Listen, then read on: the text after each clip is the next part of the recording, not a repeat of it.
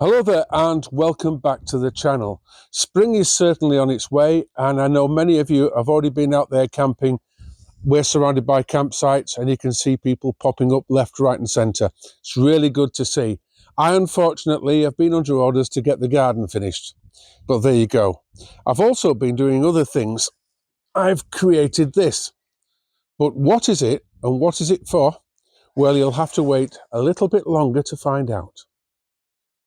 You may remember in the last episode I said my wife had suggested, nay ordered, a bit of interior design to the van, and she has a good point. There's no reason why a sort of day camper such as ours, though every bit as comfortable as the purpose-built cars and vans, shouldn't have a more pleasing look about it. It's still our home from home, so to speak, and I have to admit I have gone down the track of functionality over looks.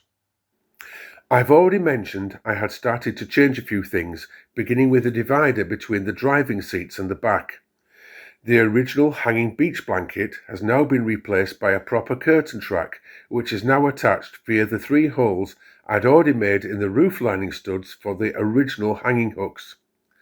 I simply drilled the holes in the track to match, and replaced the red tartan for a grey blackout curtain retained by the traditional curtain hooks and some Velcro to fasten up to the door pillars. From curtains to blinds. These are really useful. I've got a couple of sets here. One set is a manufactured set purpose for the car, which are very nice. And these are a set that I made myself. These with the silver on the back and those with... I was trying to prettify it, didn't work.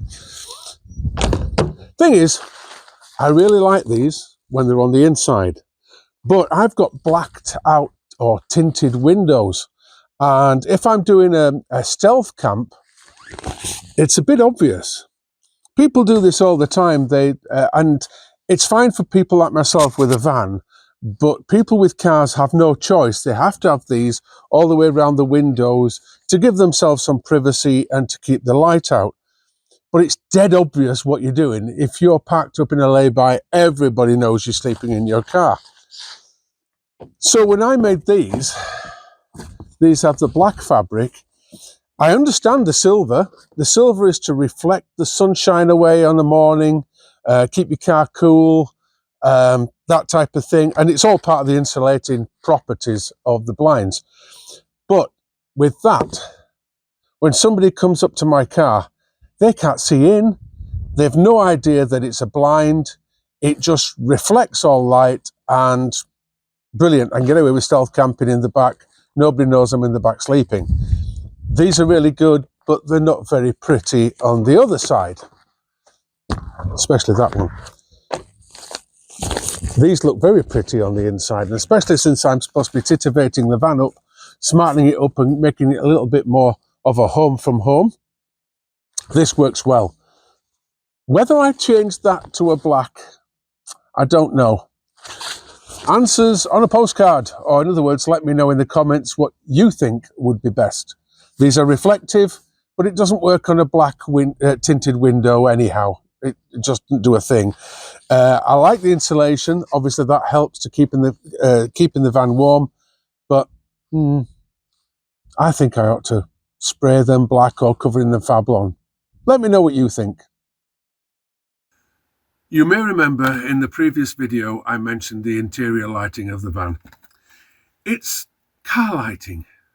And car lighting is okay when you're looking at a map or trying to find out where the toffees are down the back of the seats, but they aren't really good for camping. So I had to think about it and decided to splash out on these. Wonderful, aren't they?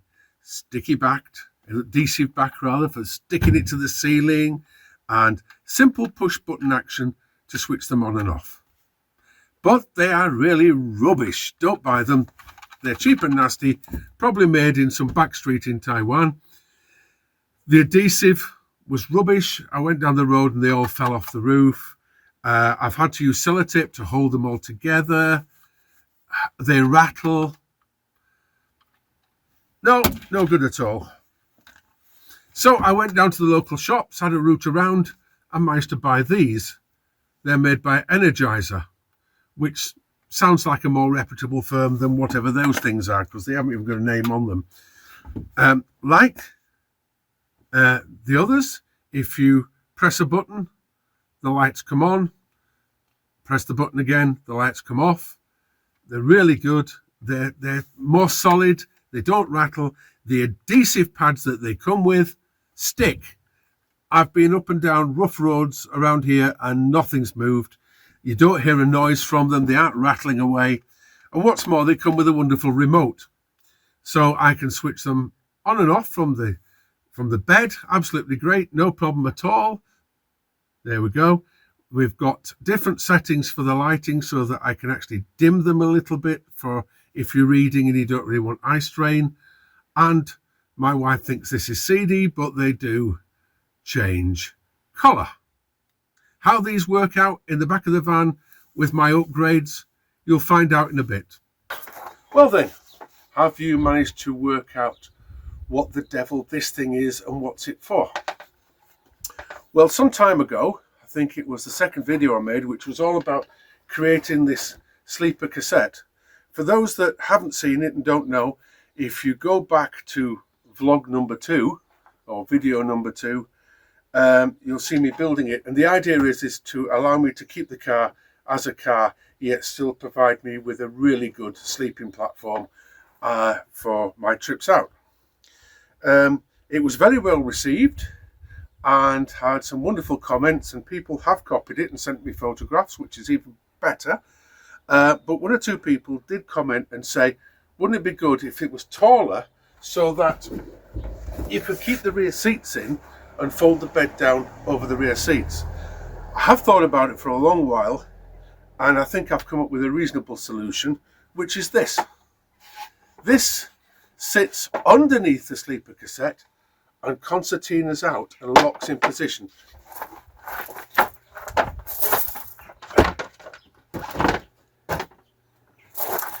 It's very strong, very well made.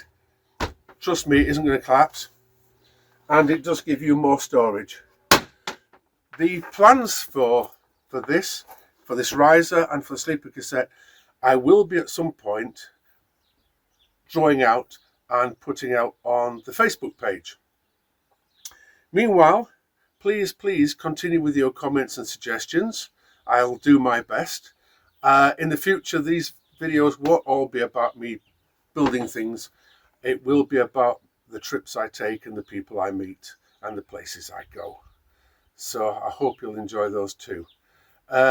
If you do enjoy these videos, then please subscribe. That way you'll get to know when the next one comes out. It's roughly about every 10 days to give me time to think about things. And also, I'm a bit weather dependent. Obviously, if it's just going to be siling it down, or indeed even the snow like we've had in the past, I don't go out that far. I'm getting to be an old man. I like my comforts.